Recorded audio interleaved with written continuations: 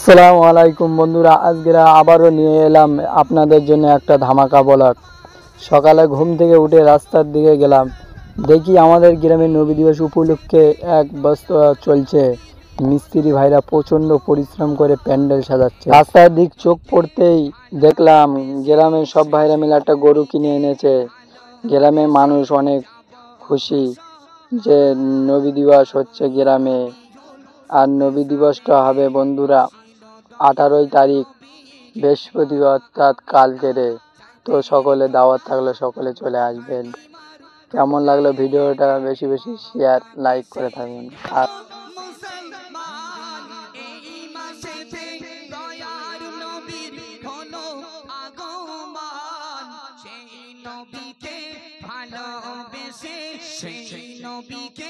ভালোবেসে যাব সবাই 12ই রবিউল শুভ সাদেকে আসিল।